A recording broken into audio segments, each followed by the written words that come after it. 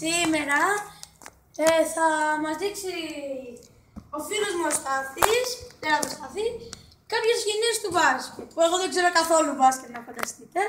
Γιατί θα μας δείξει σήμερα, Στάθη? Σήμερα θα δείξουμε βολές και θα προσπαθήσουμε να καρφώσουμε. Τα πόδια μας στο άνοιγμα των ώμων. Ωραία. Σε αυτή τη στάση και τα χέρια έτσι, στο χέρμα, ρίχνουμε, το χάνω. Δεν το χάνω, τέλος πάντων. Μου ρίχνεις εσύ τώρα. Έτσι. Όχι.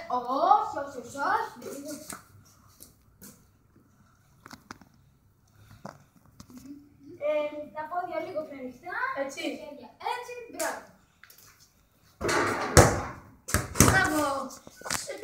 Πώς καμιά ομάδα εδώ πέρα? Ναι, πάω στο τελαμόνο. Α, ωραία. Και τώρα για δείξε κι άλλη μια βολή να δούμε. Ωραία. Έτσι. Τώρα θα προσπαθήσουμε να καρφώσουμε. Πόσα χρόνια έχει τον Τελαμόνα? 5. Αλλά είναι πολύ καλή ομάδα και μ' αρέσει. Ωραία. Ωραία. Θα προσπαθήσουμε να καρφώσουμε.